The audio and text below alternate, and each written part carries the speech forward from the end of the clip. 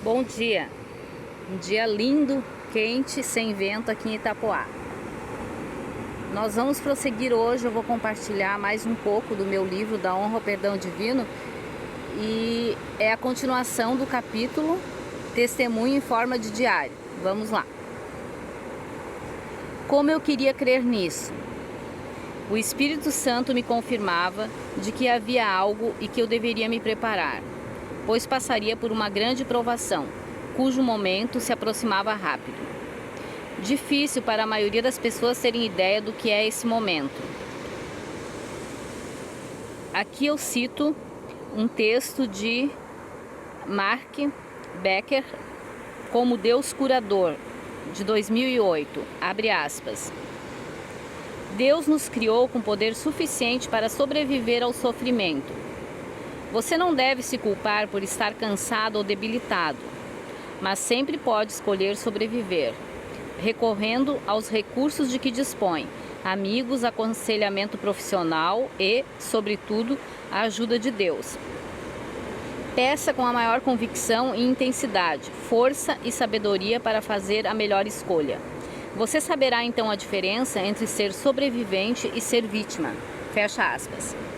Viajava num ônibus urbano, indo do trabalho para minha casa, quase em desespero. Aquela noite era de reunião de célula, iria de carona. Porém, eu estava tão mal que julgava que não seria uma boa ideia. Estava um pouco mais tranquila porque sabia que meus filhos não estariam no apartamento. Então, não precisava me preocupar com isso. Mesmo assim, meu estado era preocupante. Cheguei ao apartamento. A filha ainda não havia saído. Que raiva fiquei. Não queria falar com ela. Disse que não iria à célula pois estava com pressão alta, o que era verdade, mas não era apenas isso.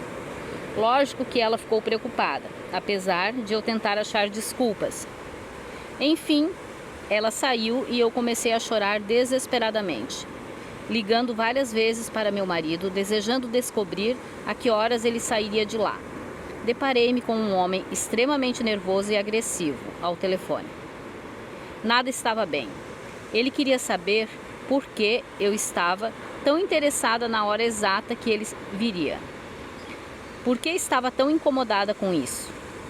E eu simplesmente não entendia qual o motivo de ele achar ilógico que sua esposa se interessasse por isso. Não se fazia, naquele momento, clima natural ou espiritual favorável.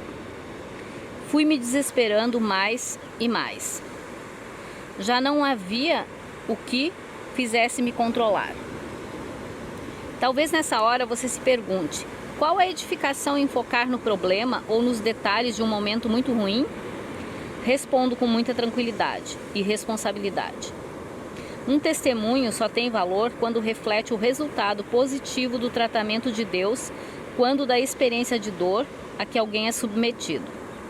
Porém, os momentos de deserto e dor servem para encorajar as pessoas que estão passando por isso naquela ocasião, em face do desenrolar do caso em tela. Podendo sim um testemunho, nesta hipótese, auxiliar o semelhante que está atravessando esse vale a ter esperança com o fim da situação, pois a palavra de Deus garante que, abre aspas, a conclusão dos assuntos é melhor que o seu início e a paciência vale sempre mais do que a arrogância, fecha aspas, Eclesiastes 7, 8.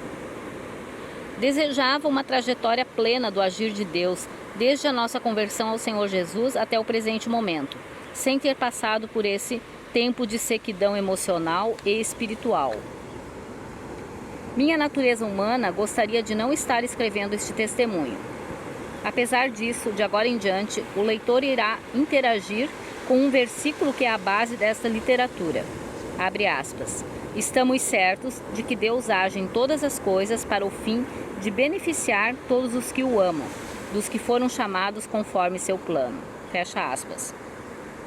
Romanos 8:28, Bíblia King James atualizada. Por outro lado, muitas pessoas pensam que problemas não podem atingir os cristãos. Doenças relacionadas a transtorno de afetividade, então, impensável. Assim, se e quando isso acontece, vivem hipocritamente uma vida cristã baseada na aparência e religiosidade. Ou, pior, desistem de seus sonhos em Deus. Como já me manifestei anteriormente, este trabalho objetiva levantar essas questões e tratá-las corretamente. Pois assim como fui vítima de depressão, muitas outras vidas podem estar sendo afetadas. Porém, lhes falta coragem para abrir seus corações e buscarem ajuda dentro e fora do meio cristão. Desejo que, caso qualquer dos fatos testemunhados aqui se assemelhe à situação atual, firmem-se nas promessas que a palavra de Deus lhes assegura. Quando estava sozinha, fui ficando cada vez mais nervosa e triste. Meu choro foi se transformando em desespero, gritos mesmo. Falei com o Miguel e fui informada de que ele estava saindo de Lages, irritando-se comigo pelo fato de eu ligar constantemente.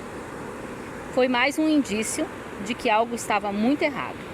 Eu conjecturava o que pudesse ser. Caramba, alguma coisa de muito grave ele havia cometido em Lages e agora tinha que dar satisfação ao seu líder e ao pastor. Racionalizei desde adultério, corrupção, furto, até fraude. Liguei para minha amiga Juliane novamente e pedi compaixão para ela.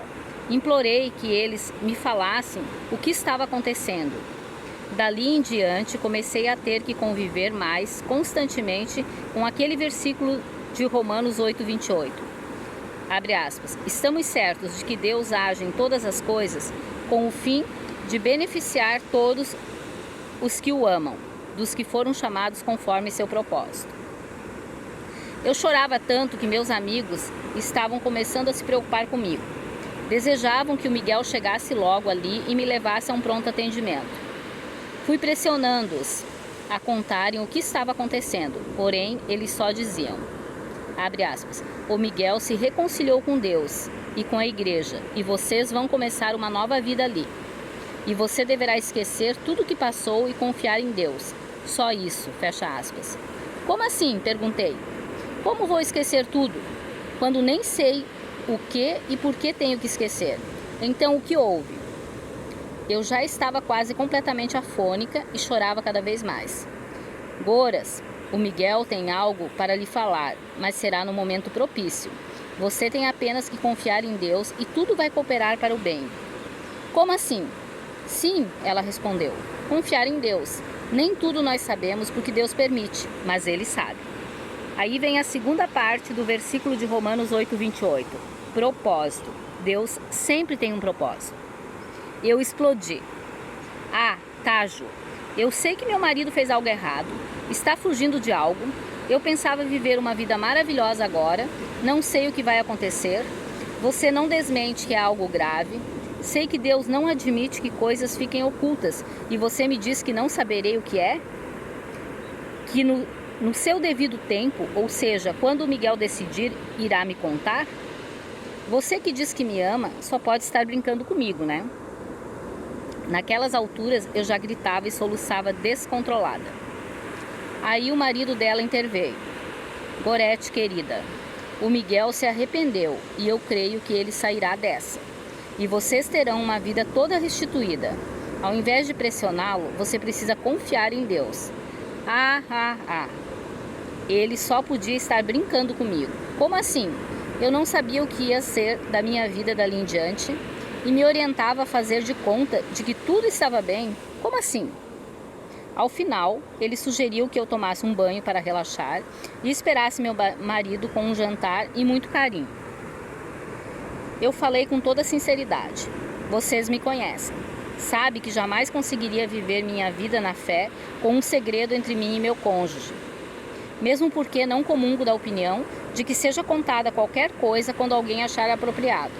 A verdade tem que vir à tona. E ponto final. Caso contrário, em um dado momento, Satanás irá usar essa omissão contra os envolvidos. Outra questão. Moramos todos em uma mesma casa e congregamos em uma mesma igreja local. Eu, o Miguel e os meus filhos. Eu sou muito transparente e logo eles perceberão que há algo escondido entre mim e o Miguel. e isso criará eventos de descontentamento que poderão ser transformados em discórdia entre nós. Deus quer isso? Mesmo assim, meus amigos lagianos mantinham seu posicionamento de que eu deveria somente confiar em Deus e aguardar o momento certo. Preparei então o jantar para Miguel. Tomei banho e esperei sua chegada. Quando chegou o momento de estarmos a sós na sala, comecei a questioná-lo sobre o fato. Iniciou-se uma batalha. Ele afirmando que não havia nada a ser revelado, que havia acertado tudo em Lages e que, no momento apropriado, falaria do que se tratava. Não consegui reter as emoções e a dor da incerteza no coração, enquanto ele se levantava dizendo que, se eu insistisse em querer saber agora, iria embora. Naqueles momentos, o inimigo não permitia que ele me olhasse nos olhos, ao mesmo tempo que em meu coração crescia uma certeza do que se tratava. Não há necessidade de narrar todos os detalhes. Porém, pode-se imaginar as espécies de violência verbal que começaram a se manifestar naquele instante. Por um lado, lá estava eu, insistindo na tese de que ele me devia explicação e que teria de enfrentar o que deixara inacabado em Lages. Naquele momento, comecei a ir mais direto, na pressão mesmo, forçá-lo a olhar nos olhos, sentado um ao lado do outro na cama, porém, ele desviava o olhar.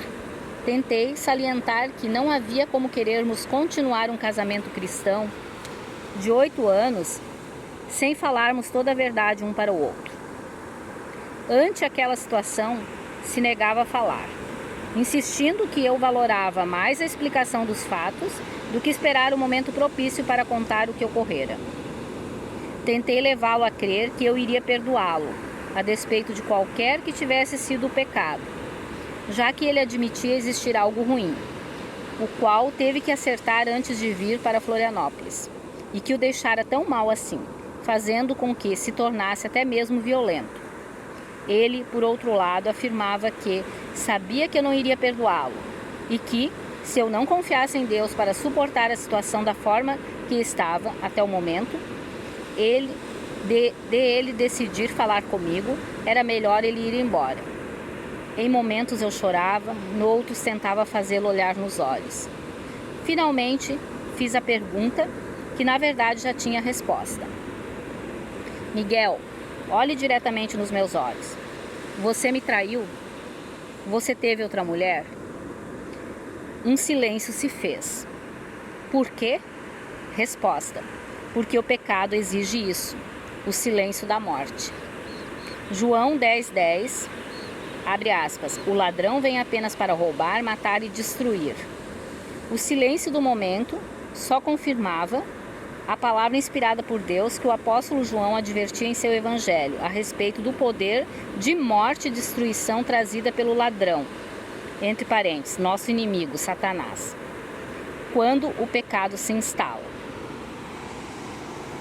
Então, pessoal, por hoje é isso, porque como eu falei para vocês, esse capítulo é bem longo e eu vou fazê-lo em partes. Até amanhã, um abraço.